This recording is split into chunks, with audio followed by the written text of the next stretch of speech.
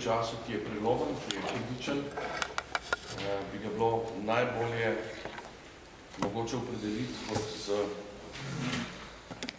časom odprtih vrat. V tem smislu, čas odprtih vrat je čas novih priložnosti. Vsaka odprta vrata, kot jih označuje kot moneta Evropske unije,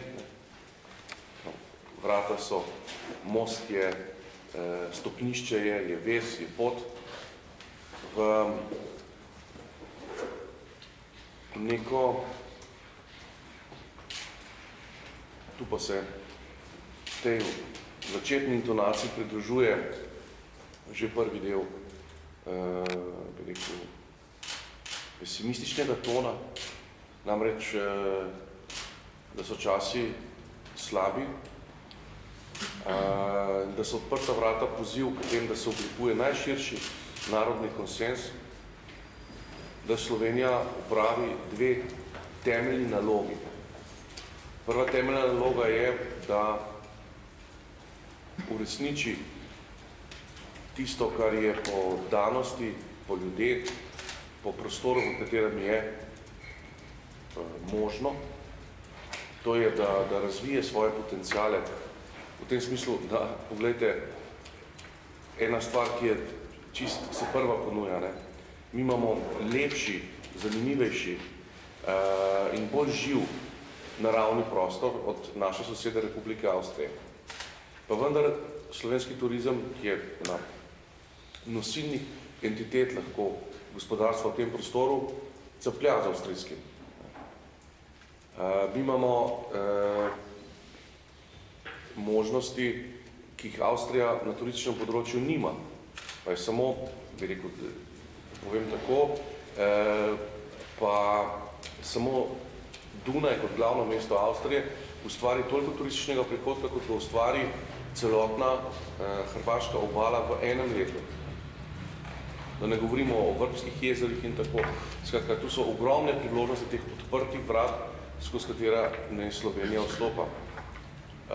Druga priložnost je ta, da moramo Slovenci na nek način najti temeljne odgovore na vprašanja, ki jih odlagamo že 20 let.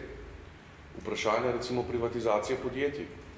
Vprašanje tega, če potem pogledamo onkraj zahodne meje slovenskega etničnega ozemlja, se pravi v Furlanijo, Julijsko krajino.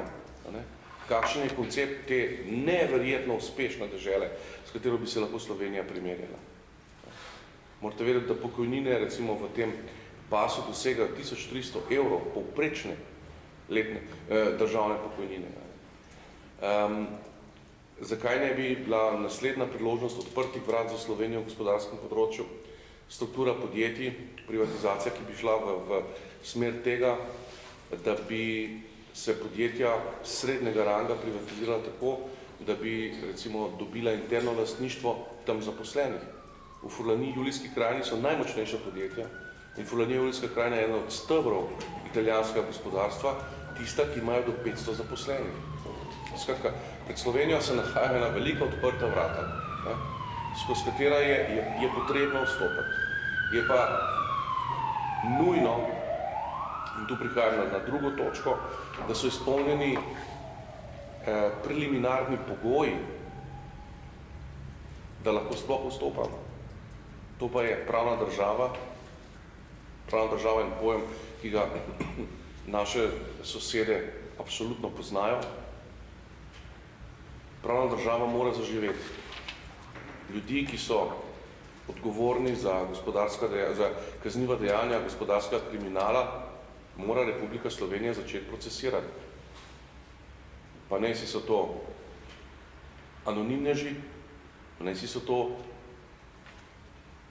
župani prestolnic ali pa predsedniki političnih strank.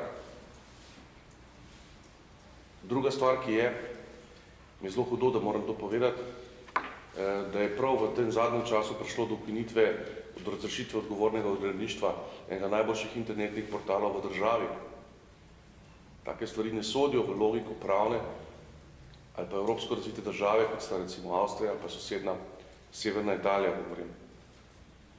Skratka, odprta vrata so zelo široko odprta.